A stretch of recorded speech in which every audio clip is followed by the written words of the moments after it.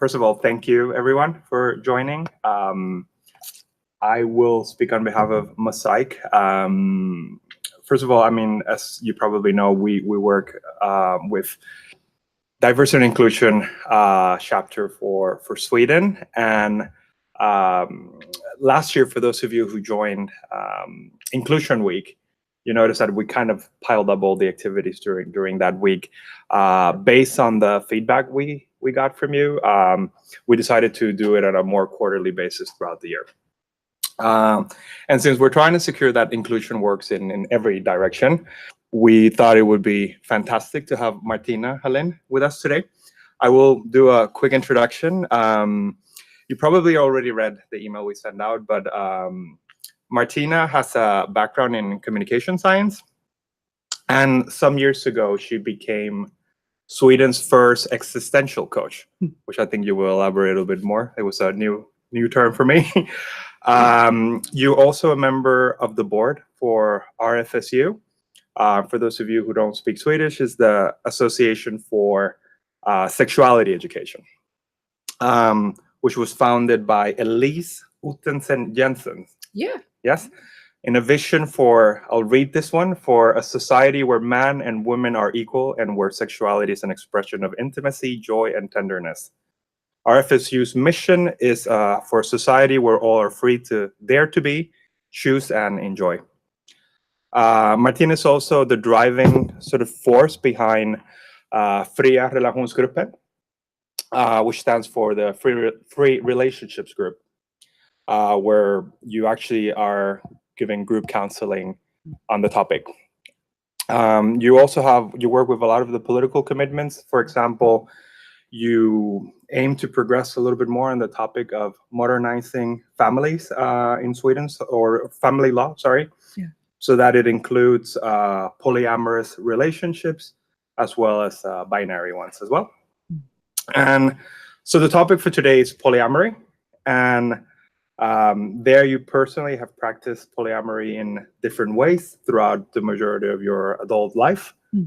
And for many years in two relationships, which you define as open and dedicated, with Andreas and Linus. Yes. And with that said, I will let you take the floor and take it from here. Thank you for coming. Well, thank you for having me. Thank you. Yeah, you mentioned binary, but I want to start with the number 3. All good. Oh, sorry, 3. Because as you all know, all good things are 3, right? The Holy Trinity, the 3 wise men, the Kinder Egg being 3 wishes in 1, and so on. You know, the rule of 3 has always been considered to hold an undisputed wisdom of sort to strive for, except when it comes to relationships. Then the holy number, or the only number, is 2. This is the only number we ever see repeated when we talk about relationships. We are 2 partners. God, I hate that.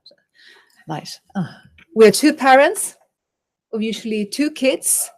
And if we're lucky enough, we have 2 cars and 2 houses, right? Because anything over that would really be over the top, right? If you add 1 child to that, things get challenging.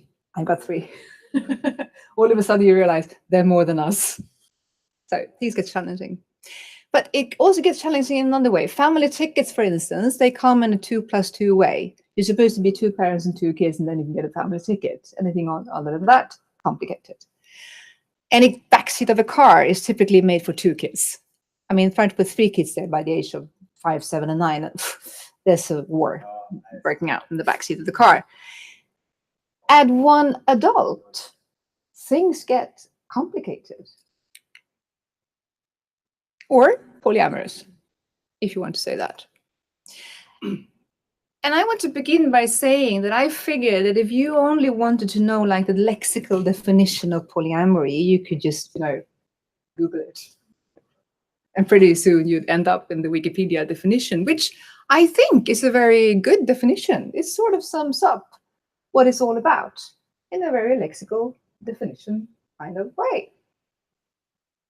And if this was to alert you in any way and you would like to know something more about this, you probably do another Google and go further below and drill down, and you soon end up in numerous polytopic forums. And this is where I step off.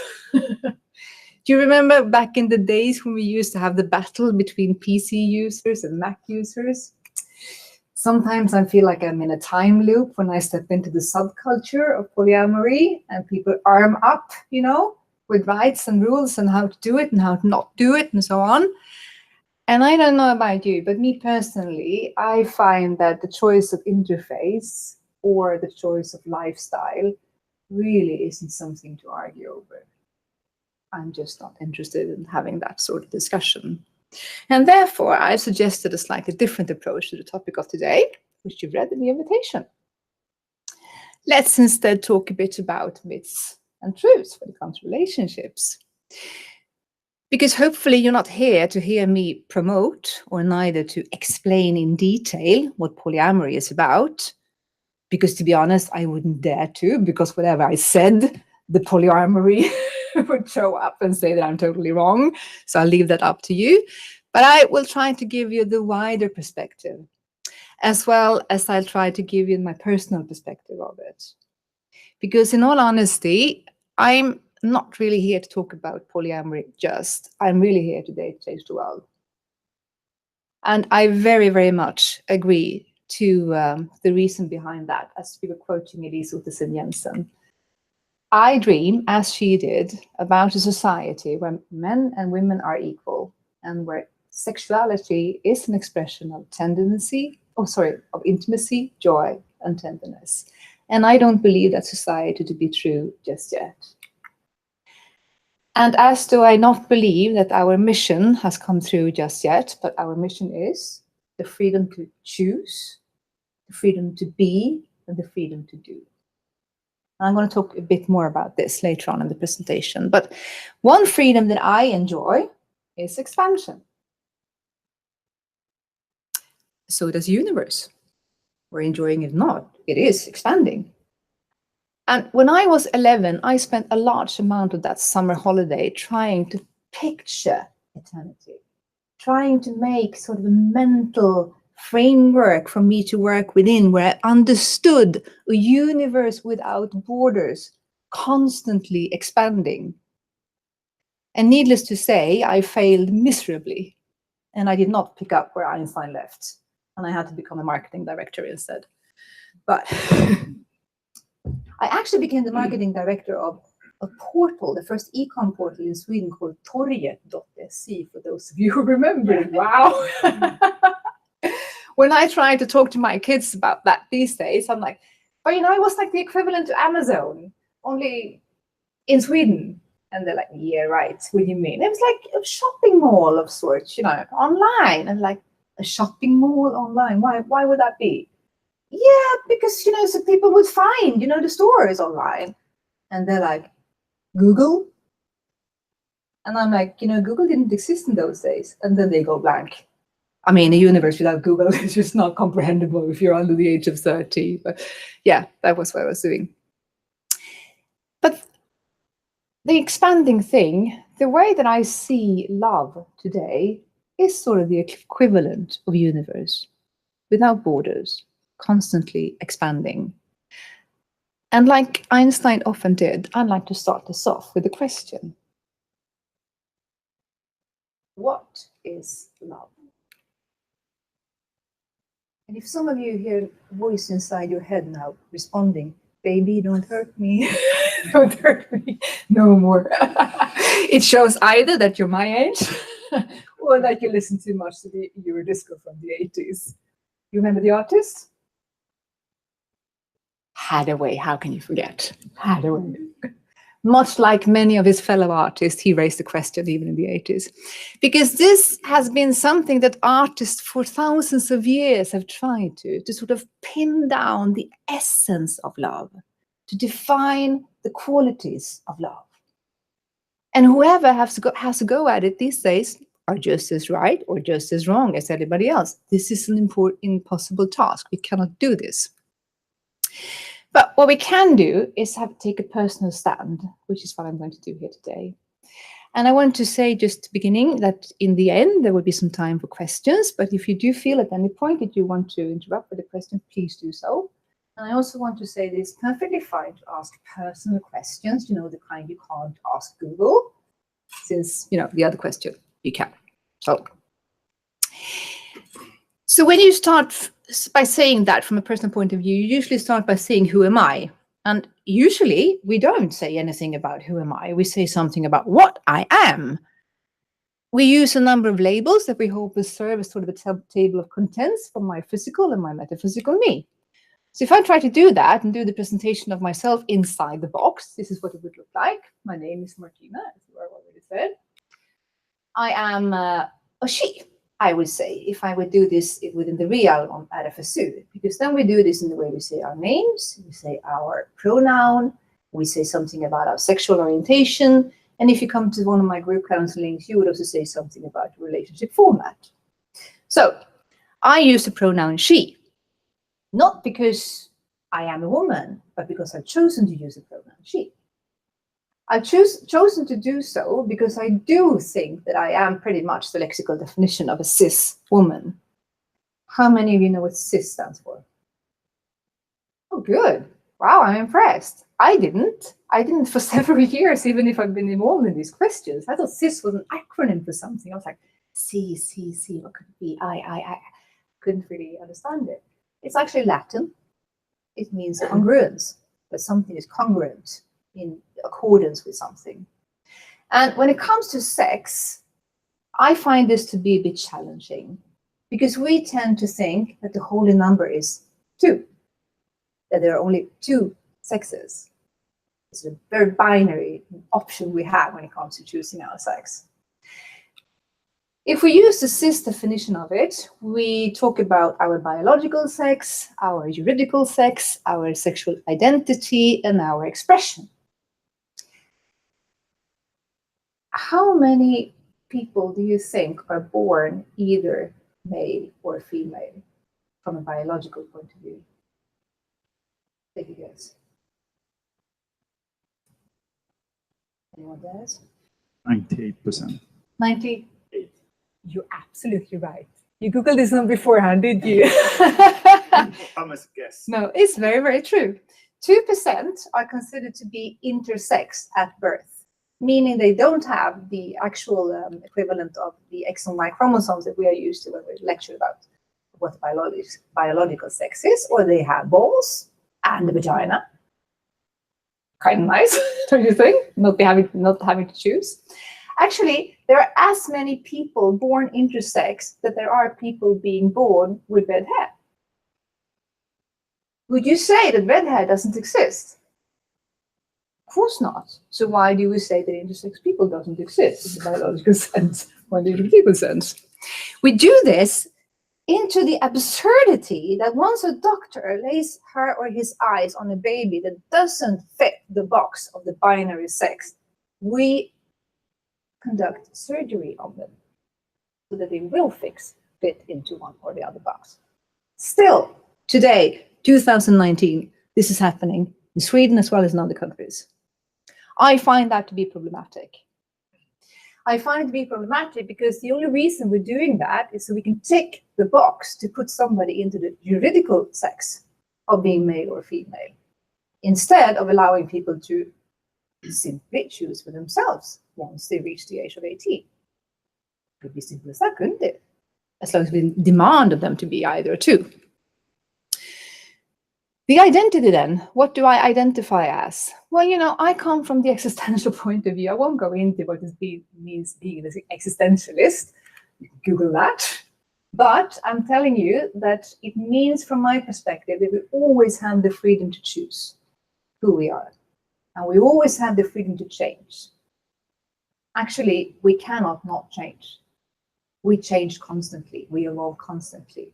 Just because I identify as a woman today, I might not tomorrow. I was a tomboy at a young age. I might be a tom old lady at some age. What do I know? Also, I find it problematic when we talk about expression. What kind of sex-coded expression do I have? I put makeup on this morning. That's considered to be female. if you wear nail polish, somebody might ask you why you're wearing nail polish, and just because you have a beard, also, which is considered to be male-coded. But I've actually seen women growing better beards than you. So, this is just a matter of code, isn't it? We just try to put the labels on people from this perspective. It doesn't really mean a thing, does it? You can still choose. When it comes to sexual orientation, then, people might say, well, we can't choose that. Or, in my first marriage, I was in a traditional monogamous heterosexual marriage with a traditional heterosexual 11 years older man for 15 years, who was also the father of my 3 kids. Then I left him for a woman. And people around me asked the question, did she become a lesbian now? They didn't dare to ask me. I know that because they asked. And then 2 years later, my then girlfriend left me for her former boyfriend. Did she fall out of being a lesbian and into being a bisexual? When I started dating both men and women, did I become bisexual? When I started living with just one guy again, did I go back to being heterosexual? The funny thing about this label, I think, is nobody ever asks anybody, when did you become heterosexual? We just assume that that's something we are from birth, and the anomaly of it is something else that we might later realize we were all the time, we just didn't act upon it. But this is that easy. There's many different ways of looking at this. These days I say bisexual because it's simple and my grandmother understands it, okay? But I could easily as well say I'm pansexual, which basically means I don't give a shit about what body you're in. I want your soul. I'm soul sexual, that's usually what I say. Or I can say I'm sapiosexual. Does anybody know what that means? Yeah. Exactly. I find intelligence to be highly attractive. I could also say I'm demisexual. Anybody know what that is? No, I just learned myself the other week. Yeah. It literally means that I like to have sex with people that I feel warm feelings for. I kind of like that. So yeah, I could go with that. But if you are to discuss it, you need to understand that you can discuss it from 3 angles. You can say, is it an identity? Is it performative? Or is it an orientation? If you think it's an orientation, you might argue that you're born with the orientation. If you think it's a performative thing, I need to act out in order to be able to say that I am something. If you think it's an identity, you can just choose. And you can just switch tomorrow. It doesn't much matter.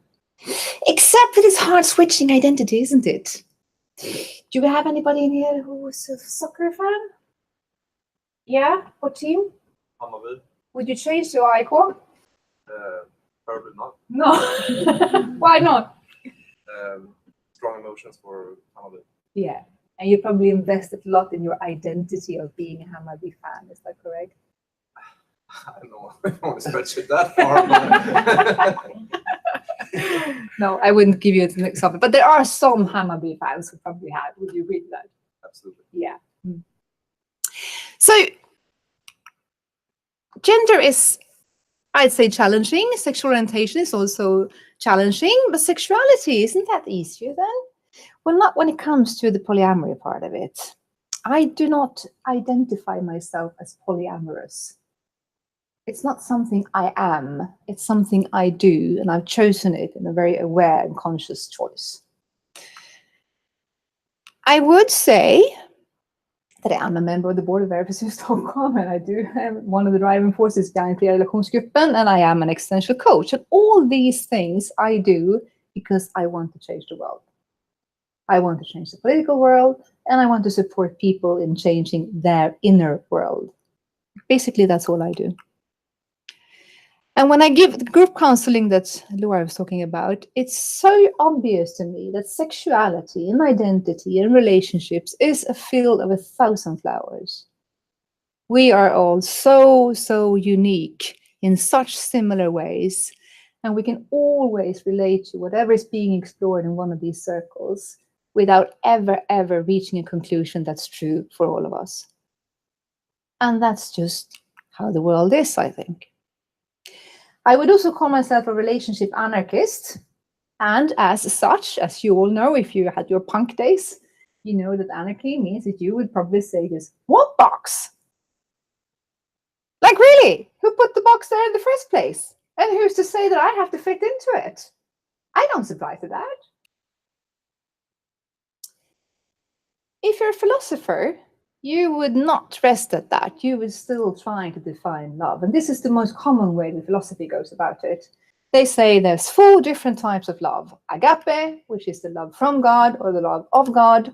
Philia, which is sort of the love for humanity as such. And storge, which is affection for friends and relatives. And eros, which is the one that you usually talk about and the Hathaway was singing about in that song. And, you know, every pop song is about. Very few pop songs about storge. It could be. Do you agree? Do you agree that these 4 types sort of says it all about love? You don't dare to, because you think that I'm going to problematize this. But does somebody actually agree? You think of a 5th?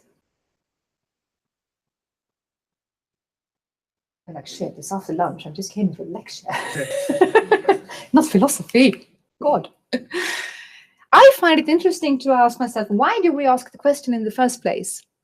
When is it important to define what love is? And I think it becomes important when we think that certain actions need to follow certain feelings of love. As long as we're in the field of feelings, it doesn't much matter. But when we get into action, it does matter. Like, for instance, the action of having sex. If I say friend zone, what does it mean? If you're friend zone, what does it mean? Come on, you know. Yeah, no sex. It means the action of having sex would probably not be on the table, okay? Whereas if you're a friend with benefits, yeah. Which sort of complicates the storge definition of love, doesn't it? If we start saying that friends can have sex or friends can't have sex, or they can, but you know, you don't really know when the either or will happen, it comes down to actions. If we move from feelings and actions to defining our relationships, then this is the 3 things that we usually use. We use the platonic, where we're in love, but we don't have sex due to reasons, or the romantic, we are in love and we should have sex, or the sexual relationships where we have sex but without feelings. So problematic, isn't it? Because when we're romantically involved with somebody, there's also a norm saying we should have sex. So if we don't, that's considered to be a problem within the romantic relationship. Whereas the sexual relationship, where we're supposed to have sex without feelings, well, you know, I could argue that's also known as necrophilia. It's virtually impossible to involve in sex without having some sort of feeling, since we are feeling beings. We feel all the time. We cannot not feel.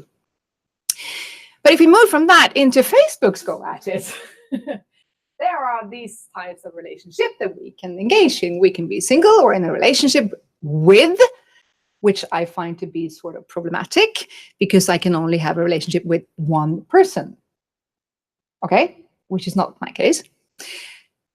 I can be engaged to somebody or married to somebody or in a partnership with. I guess this is for the countries where you still don't have same-sex marriage, but you can have a registered partnership.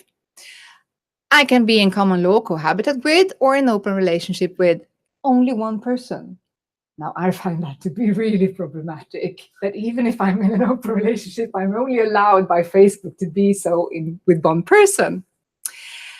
And I can be separated from, divorced from, widowed from, or it can be complicated. I guess when I want to have an open relationship with more than one people, that's when Facebook think you should tick complicated, because that's your life situation. It's complicated, right? And, you know, this is where we see the mother of norms manifest. The norm of 2. The only binary relationships covered in this list. Nowadays, all of these relationships might be same-sex ones, They couldn't if Facebook haven't come across, 30 years ago, but nowadays they can. But it is clearly understood that as soon as the possibility is to have them legalized in any way, there's only two, the option of two. And you can see this here. Only half of the alternative are available to people who've chosen to live outside the norm. And the thing is, as long as we cannot legalize relationships, society upholds this norm and this binary way of looking at relationships. Like, for instance, have you ever been invited to a company event, including your +3? No, you probably haven't. So it's totally invisible also on the social scene. If you go into the hospital and you're supposed to tick a box with your in case of emergency person, there's one box, one line, room for one phone number and one name on that list. And this might not seem important. I mean, after all, who cares about what people do in their bedrooms, right? Does it ring a bell? Do you remember back in the days when we used to talk about homosexual people in that way, saying, oh, I don't care. It's totally fine with me, as long as, they keep it to themselves.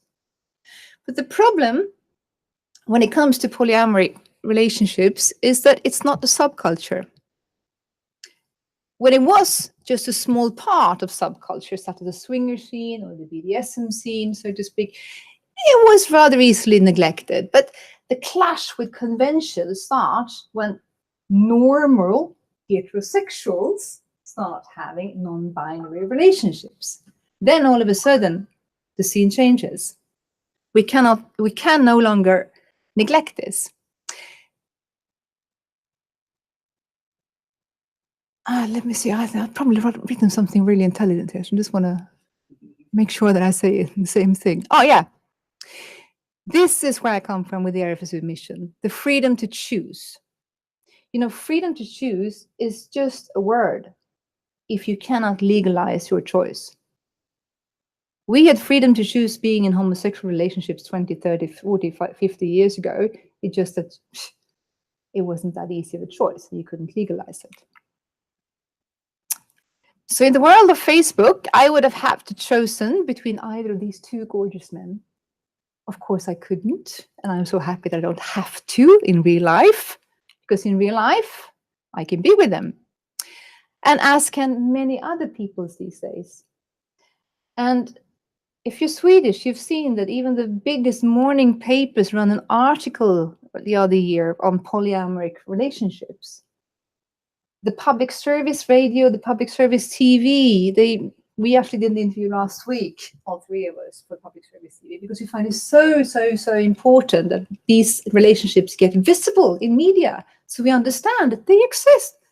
These people exist, even if Facebook won't have it.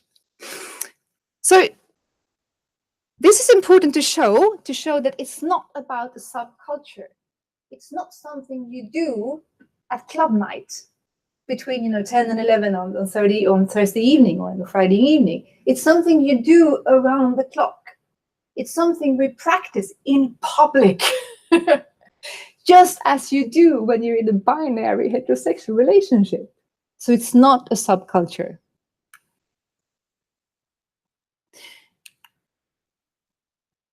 So when we start showing up to parties and family events, we most likely to be viewed as, the colorful cousin.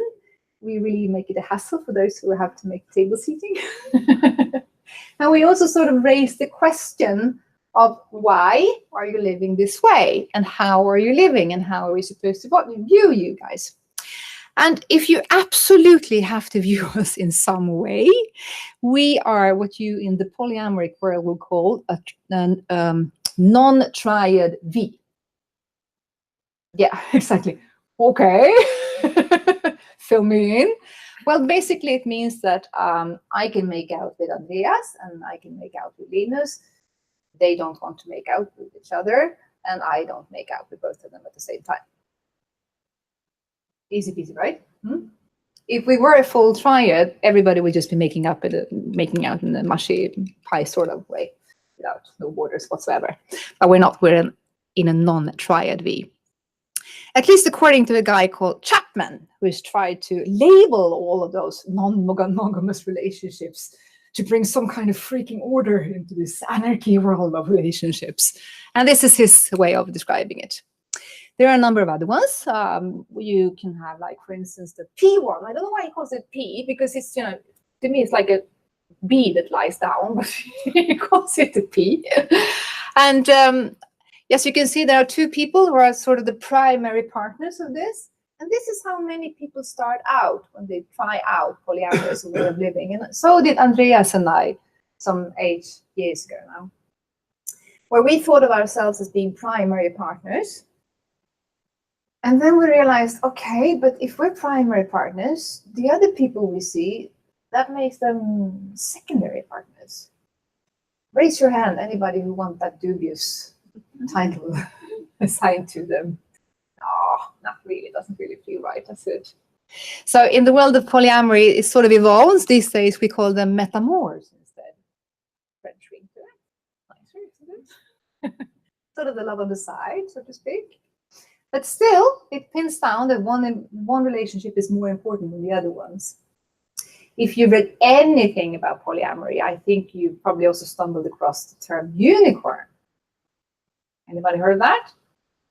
Yeah, some of you guys have. Basically, a unicorn is when 3 people form a threesome, consisting of the normal porn way of doing it with 2 women and 1 guy. And any woman who would like to take part in that is considered to be a unicorn, because they're very rare and everybody wants one. That's sort of the explanation for it. So basically, many people start out there. Another form of doing it is the O shape, which is basically your normal nuclear family, only with more people to blame for not picking up milk. But as you can see, everybody is equal in that circle. There's no, you know, primary or secondary partners. Everybody's just equal. Or the Y shape, which for anybody who knows anything about the internet, like all of you guys, you see that this is an ever-expanding network. It doesn't have any borders, which means that it's a nightmare for a control freak. And you would not enter into this sort of relationship if you want to have control over your relationships. And then there's an S way of looking at it, where the S stands for each and everybody in that sort of lineage to be involved with the person following, but there are no connections between the other ones. Since we're anarchists, we don't fit that one either. We have a lot of people around us in our non-triad V. They're very, very, very dear and very important to us. And we are in a relationship with them since forever, or since yesterday or last week or whatever. And it might have been sexual at some point. It might be again. It might never be. We don't really want to go into that sort of definition of relationships. We find it odd to try to define relationships in that way. But there are people around us that are of great importance in our lives. And they're in no way secondary to us, except for when it comes to the limited resources in life, which I will come back to later. But in all honesty, neither of us gives a shit about what letter Chapman or anybody else would like to appoint to our relationship. It doesn't hold any importance to us. But one thing you can say is the common denominator in our relationship, as well as in most of the other relationships and other people involved in multiple partnerships, is a form of practice often referred to as ethical slutness. Anybody heard of that? No. It's like number 3 on the Google list. It comes from a book called Ethical Slut. That's actually translated into Swedish this year, if you want to read it in Swedish. It's very American, but it sort of sums it up, saying that it's about having consensual agreement with consenting adults in transparency. And one of the things that often comes up when it comes to this is something called a bodily fluid. Sounds strange in English all of a sudden. Bodily fluid bond. That's what we call it. A fluid bond. Which basically means that everybody who agrees to be in the fluid bond circle agrees to have themselves tested and to not have unprotected sex with anybody outside that circle. And if they do, tell everybody inside that circle. so that you at all point can be sure that you make an informed choice about whether to have sex with somebody or not, even if you're not having actually sex with them. So this is kind of a way of practicing this, but the polyamory subculture often hail as one of the big advantages of it, as opposed to, you know, fucking around or whatever you like to call it, where you probably would do it in totally consistency and consent and transparency with everybody involved in it. But our relationships is also what we call open, negotiated, and dedicated. We have allocated as a dedicated the limited resources of life into our agreement. We've done that since when you choose to live outside the norm, you sort of enter into a county without roads. You don't really know how to go about it, because how do you do? There's no map to be read. There's no popular cultural references to look into. You just have to sort of make it up as you go. What's the problem, you might ask? That sounds like good fun. Yeah, it can be, but you know, it can also be living without norms, like being in Alice in Wonderland. You're not really knowing what to expect around the corner at any point, which is sort of fun for a theme party, but not really in your everyday life.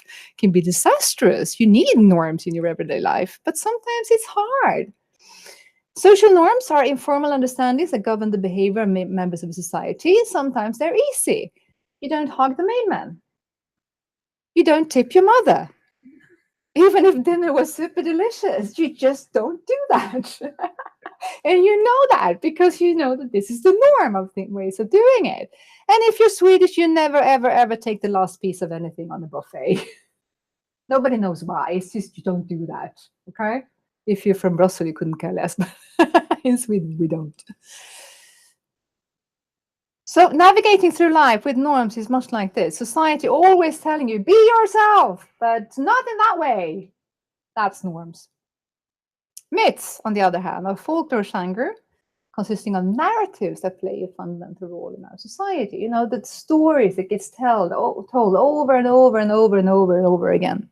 And one of them, deriving directly from the Romantic era, is the myth about the one. You know, the one, Miss Right or Mr. Right, the one in your life. How many of you have met the one? Yeah. How do you know? That's what I'd say today. That's what you say today. Yeah. Do you hold it possible that you might not say it? Yeah. Yeah. Yeah. I like that. I like that answer. Because most of the time, when we talk about this, we try to pin down, is this true? How do you know? And we need to step a bit into philosophy again then to talk about truth. Okay, so things can be either absolutely true, relatively true, or subjectively true. I'm older than my little brother. That's absolutely true. That's not going to change 10 years from now. I'm faster than my little brother. That changed many years ago. Might change again. I don't think that's possible, but it might change again. My brother is the best brother in the world. That's subjectively true. And as is Mr. Right or Miss Right or the one. And as is anything that I would say here today. It's relatively true and subjectively true. Nothing is absolutely true. Okay? One of those truths or myths is that duration is the key performance indicator #1 when it comes to relationship measurements. Sometimes the Mr. Right or Miss Right is defined simply by the length of the relationship. If we are together for the remainder of our lives, that's supposedly the factor that tells us it was really Miss Right that we were hanging out with throughout these days. And we see this repeated a lot. Like if you meet somebody who's celebrating their 30th anniversary, you probably say, wow, that's amazing. You look at you guys, 30 years together. what's the secret? How do you make it work? Please tell me. It sounds fantastic. And you might even go into thinking, oh, I want that too. That's so cute. 30 years together. And then you meet somebody who says that they've been with the same company for 30 years. Wow, that's fantastic. Or you're like, 30 years? Really? How does that work? You say, not. Tell me, how do you make that work out? So why is that? When it comes to professional relationship, we find duration to be a bad thing. But as in personal relationship, it's a good thing. I'm not saying it's either or. I'm just raising the question. Why do you pose different perspectives on it? Yes. Well, the notion of duration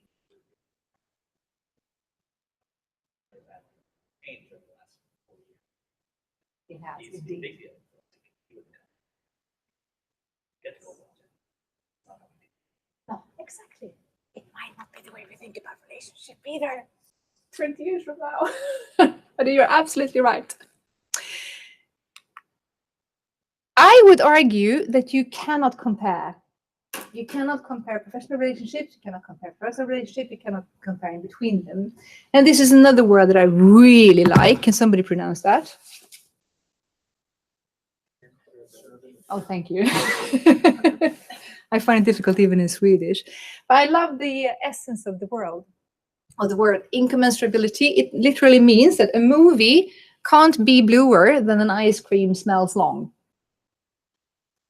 You just can't compare things like that. Apples and pear, we talk about it in the everyday language, something like that. But it means that the qualities of a relationship cannot be summed up by one overriding factor when it comes to importance or impact on your life.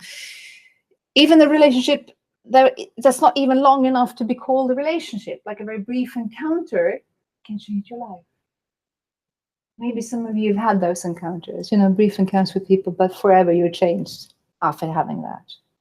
Does that make that relationship less important than the 10-year one that you regret having because it seems like a waste of time and insight?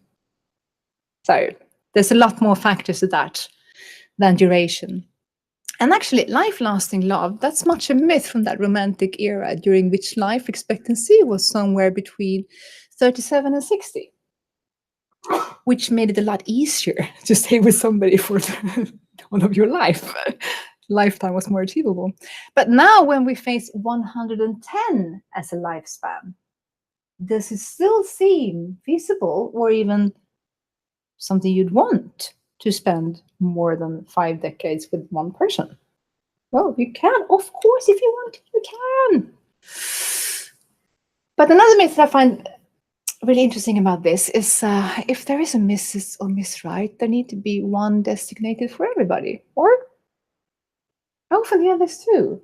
There's somebody for everybody, And I think that's why I often get the comment from other women saying, oh, it's so unfair. You have two gorgeous guys. I can't even find a proper Tinder date.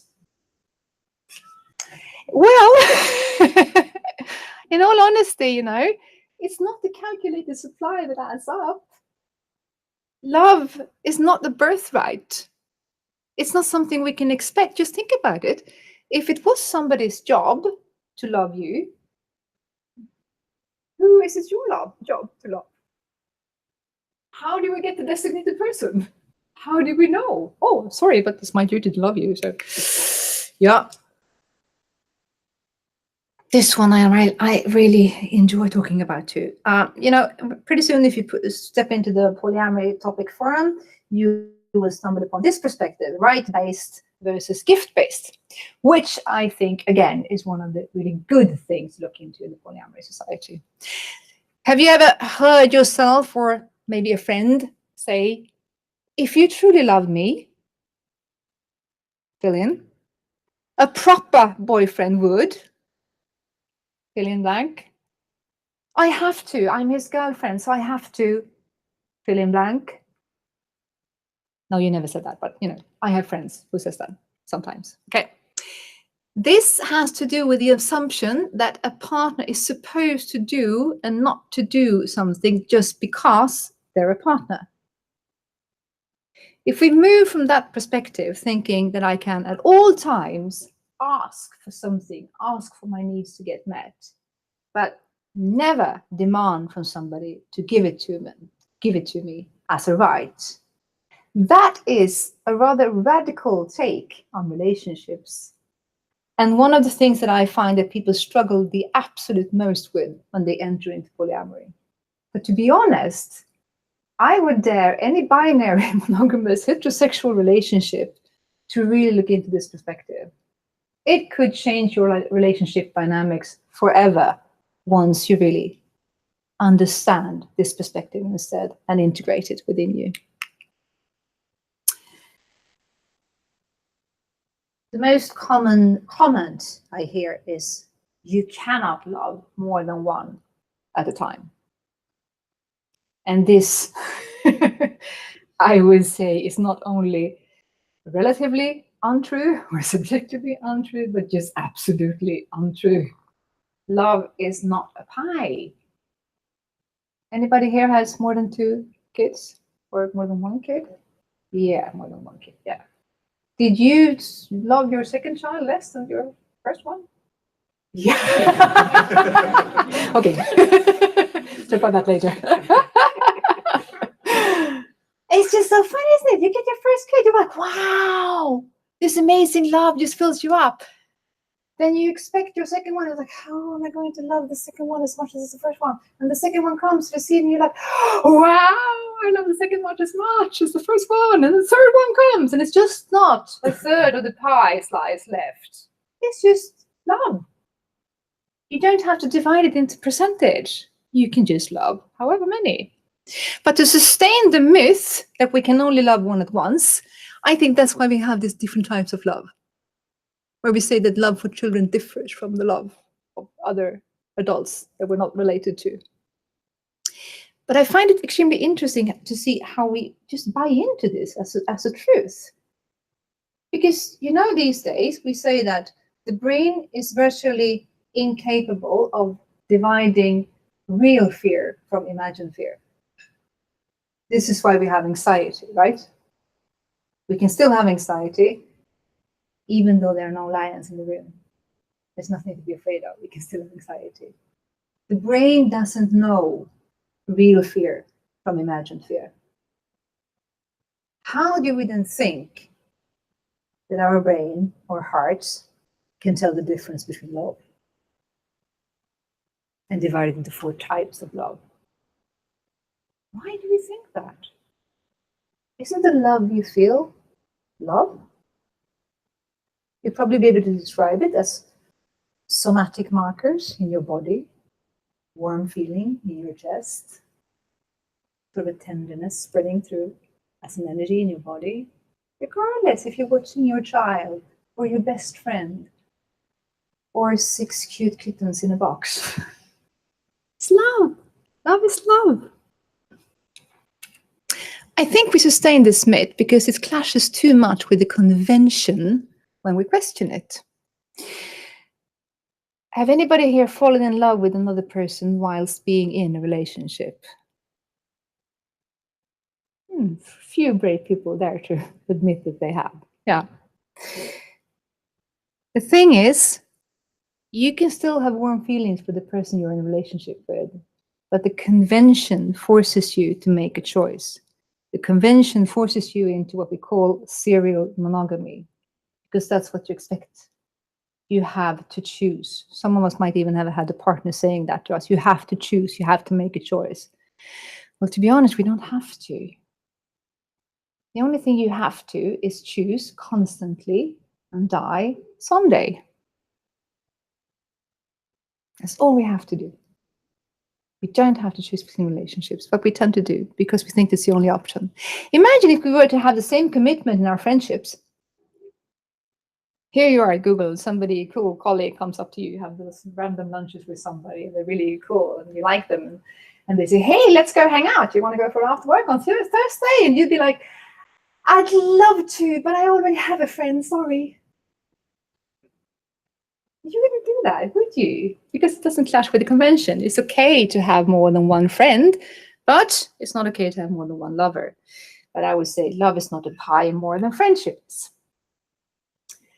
Another thing I hear a lot is that if you engage in multiple relationships, it's because you have a fear of intimacy. Anybody heard that?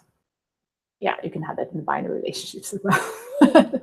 When it comes to multiple, it's often said. I think that the reason behind this is that we often mix love with intimacy. And I think that's 5 dimensions of intimacy that's much, much more interesting to talk about than love. There's the emotional intimacy, which means that I share what I feel with my partner and I show what I feel in front of my partner. There's the intellectual intimacy. It doesn't mean that we discuss existentialism and Sartre and the rest of the black polos and drinking red wine. We can, but it's not what we do on a regular basis.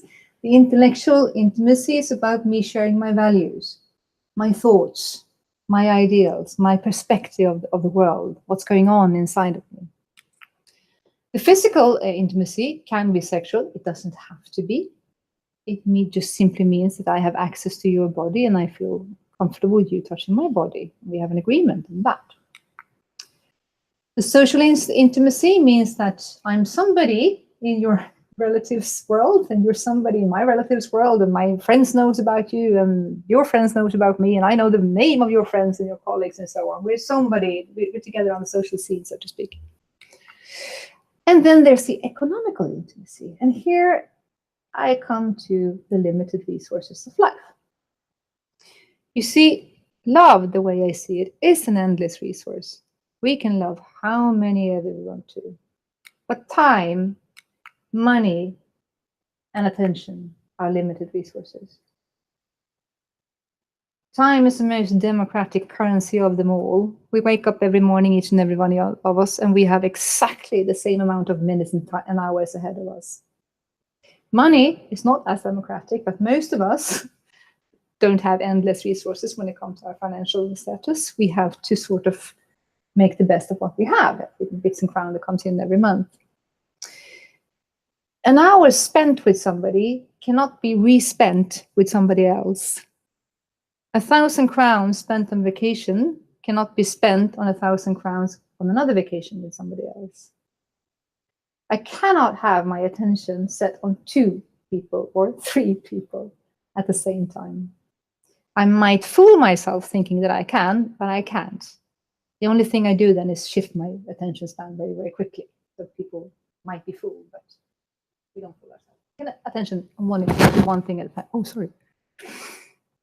And Andreas and I, we share all 5 of these 5 dimensions of intimacy, but we also share a few of them with others. Does that make us fear intimacy? And do you perhaps know some binary monogamous relationships that don't share all those 5 dimensions of intimacy? Does that make them fear intimacy? It might, and it might not. It's just not applicable on that level. It differs in binary relationships as well as in multiple relationships. But what also differs a lot is that the only thing that you can see in the very few studies that have been carried out on people involved in multiple relationships as opposed to people involved in binary relationships, there's no connection whatsoever when it comes to social demographics. You can't find anything to go on. The only thing that seems to differ is the perspective that love is an endless resource and the willingness to negotiate not only the limited resources as time, money, and attention, but also other things like norms and rules.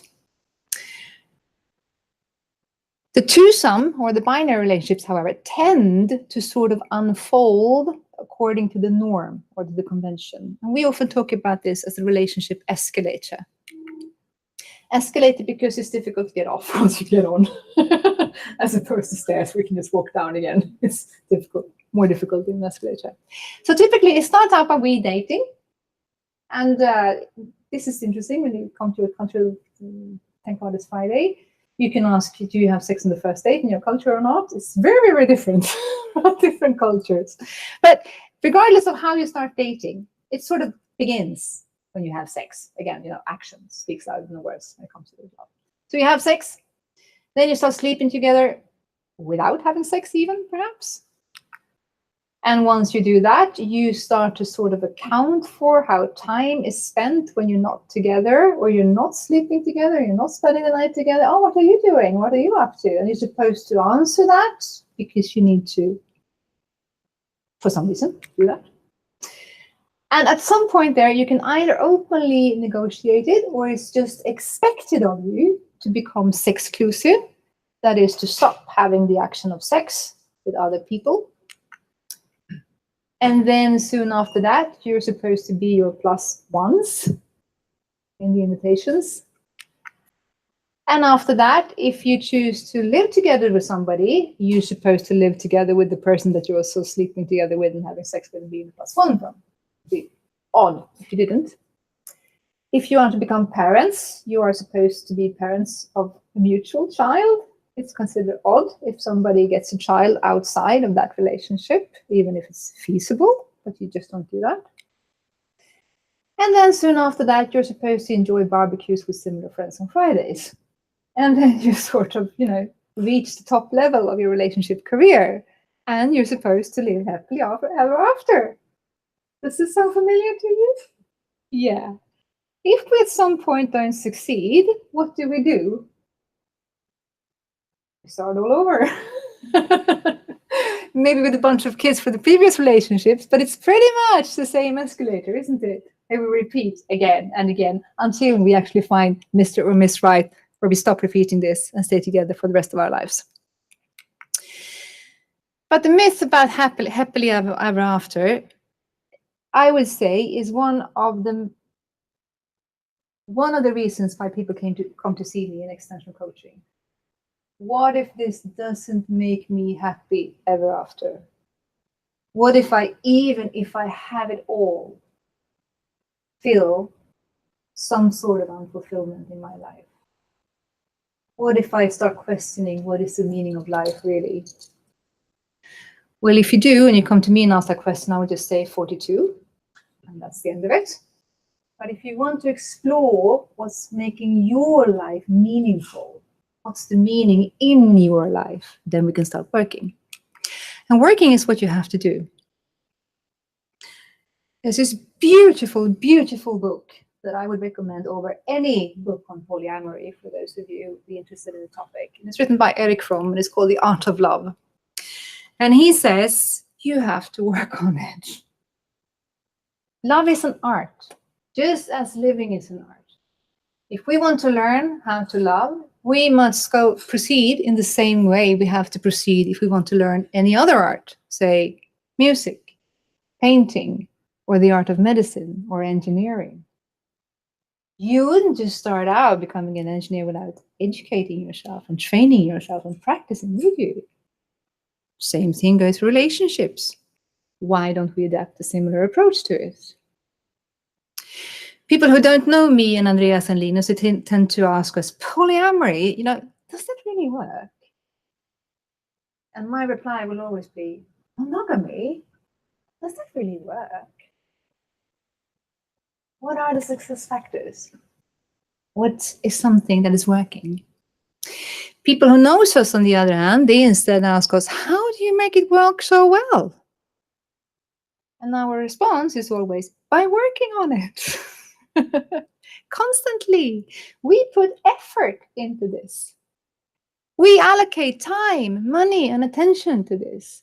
We go away on biannual relationship retreats every year. We put aside time in our calendar every other week for relationship exploration and development. We work. Otherwise, how can you expect it to work unless you work on it? And sometimes people ask me, how do you have time for all that? And I reply, well, I couldn't tell you the name of one character of Game of Thrones. So, I've mentioned the clash with convention a lot, since this is really what it all boils down to. And if you want to live outside the norm without going mad, I would say you need to be highly intelligent. No, I wouldn't say that you need to be highly intelligent. That's this quote. But I would say that you would have to have a high amount of willingness to work through shit if you want to do this. Because there will be norms, and you will be questioned, and you have to sit through the sort of emotional state that will bring up to you, and you have to inevitably work through it and sit through it. This is not an easy task unless you are motivated for a number of reasons. You could be motivated just by living outside the norm. That might be something you want to identify with. And then polyamory for sure will get you a huge amount of followers on Instagram or a place in a reality show or whatever it can be. But if you're not all of that, and you're just a simply ordinary person who wishes to make sure that you're living you and your life,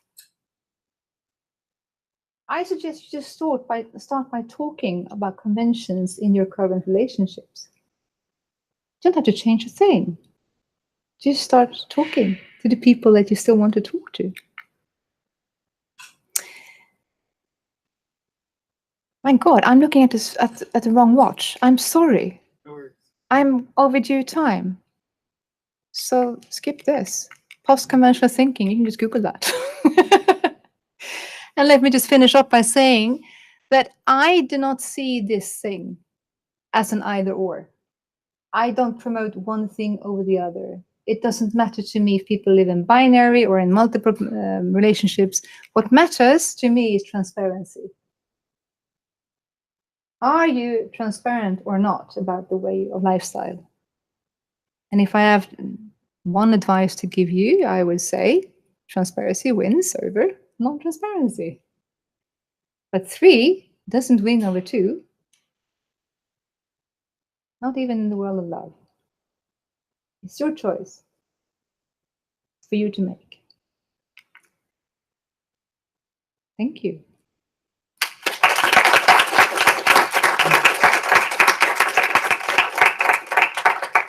I know we're over time, but I'll open up for questions if anyone else has one.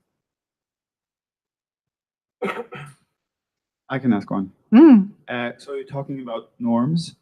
What about internal feelings like jealousy and you say jealousy also comes from norm, or is it norms, or is it? I guess that's the most normal question. Yeah. I would say that jealousy is a feeling that we sometimes experience, and love is a space where all other emotions can be experienced. In a loving way, we can welcome jealousy, just as we welcome any other feeling.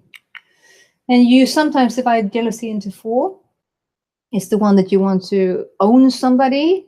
It's the one where you feel compared to somebody else and less worthy than the other one.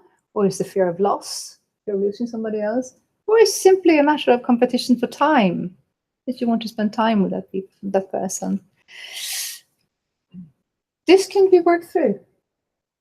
If we start to avoid jealousy as a feeling, that's how we develop phobia.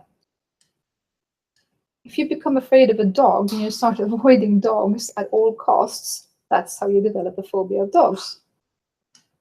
If you think that the binary monogamous relationship will keep you from feeling jealousy, think again. You'll be jealous of your colleagues, your siblings, your friends. It cannot be avoided. If you welcome it in a loving way, it can really add something to your life and make you become emotionally resilient in a way. So I would say sit through it, welcome it.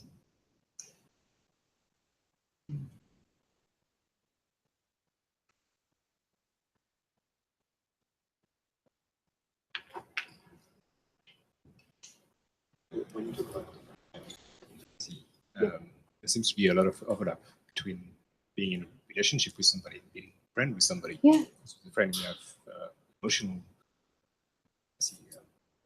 some time and attention. Where would you put the boundary, if you put any, between being in friendship and being in a relationship with somebody? That's where the relationship anarchists come in. I don't see the reason in putting boundaries into it, because just as you say, I can share so much intimacy with my closest friends, and I personally never need to define or to separate or to make an absolute border in the difference between friendship and love. And anyone who needs that would need to make that distinction themselves, I think. Because it's the only way to go around it. Intimacy is intimacy, regardless of kind of relationship format you're in. And anybody will have, you know, lucky enough to have one or two of those best friends. You know, you're loyal to them. You go through agony for them. You do anything for them. You value them as much as your spouse, perhaps, because they're important to you. So when is the boundary important to make? I don't know.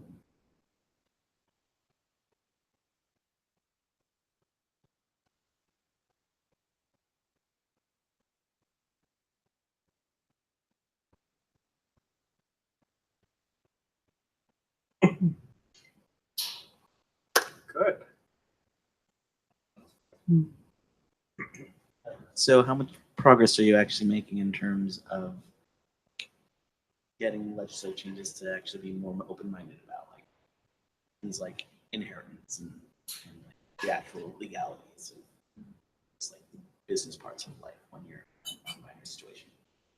No progress whatsoever, I would say. That's why I formed the motion both into RFSU's Congress this year and the Green Party's Congress. Because we're looking into having several or multiple registered parents, vårdnadshavare. But we're not looking into the even easier option to have a mutual civil agreement between consenting adults without kids. So I think we're going at it from the wrong angle. I think we should start there, modernizing the entire family law and moving beyond the binary norm in it. So you're saying that like in Sweden, like this notion of samba that's inherently binary? Past that today. So for instance, the inheritance laws are the ones that are most difficult to step into if you want to do it in a poly way. You can't. I think it just goes with marriage that you cannot make a civil agreement around in any other way. As for the sambolag, for example, it hasn't just yet been tested, but probably you wouldn't have the option to make it with 3 people. So, and I think you should. Why not? It's consenting adults. I see no reason why we shouldn't do that. But it will take time, I think. I think it will take some 10 years before we see that. At least. Family law is the oldest law we have in Sweden. So, slow ship.